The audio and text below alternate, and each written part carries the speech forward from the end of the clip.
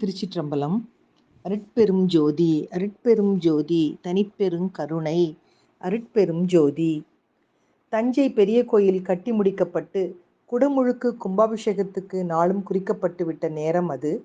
கோயில் எதிர்பார்த்தபடி நல்லபடியாய் கட்டி முடிக்கப்பட்ட சந்தோஷத்தில் ராஜராஜ சோழன் நிம்மதியாக தூங்கும்போது கனவில் இறைவனான பரமசிவன் அவன் முன்னே எழுந்தருளினார்.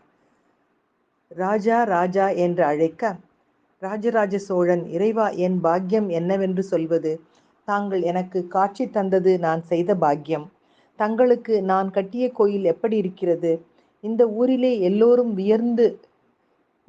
வியந்து பார்க்கும் மிகப்பெரிய கோயிலாக கட்டியுள்ளேன். அதற்கு தஞ்சை பெரிய கோயில் என்று பெயர் சூட்டப் போகின்றேன். மகிழ்ச்சிதானே தங்களுக்கு என்று கேட்டான் ஆனந்தமாக. இறைவன் சிரித்துக்கொண்டே, மிகவும் ஆனந்தமாக இருக்கிறோம். ஒரு மூதாட்டியின் காலடி நிழலின் கீழ் யாம் மிகவும் ஆனந்தமாக இருக்கிறோம் என்று கூறி மறைந்தார். ராஜராஜனின் கனவும் கலைந்தது. விழித்தெழுந்த ராஜராஜன் தான் கண்ட கனவை பற்றி மறுநாள் அரசவையில் கூறி அந்த கனவுக்கு விளக்கம் கேட்டான். யாருக்கும் பதில் தெரியவில்லை.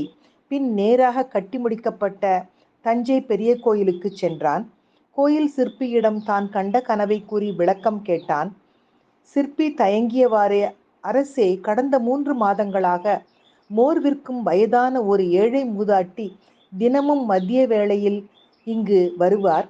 ஏழ்மை நிலையில் இருந்தாலும் தன் பங்குக்கு இந்த கோயிலுக்கு ஏதாவது செய்ய வேண்டும் என்று எண்ணி தான் விற்கும் மோரில் பாதியை காசுக்காகவும் பாதியை இந்த கோயிலுக்காகவும் வேலை செய்யும் எங்களுக்கு குடிக்க இலவசமாக கொடுப்பார்.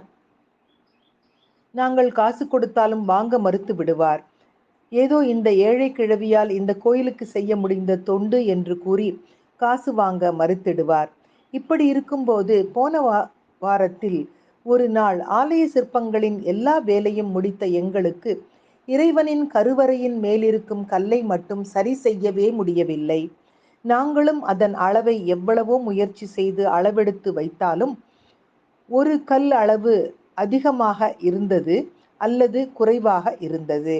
எங்கே ஆலய பணி நடக்காமல் போய்விடுமோ என்று நாங்கள் கவலையுடன் இருந்தோம்.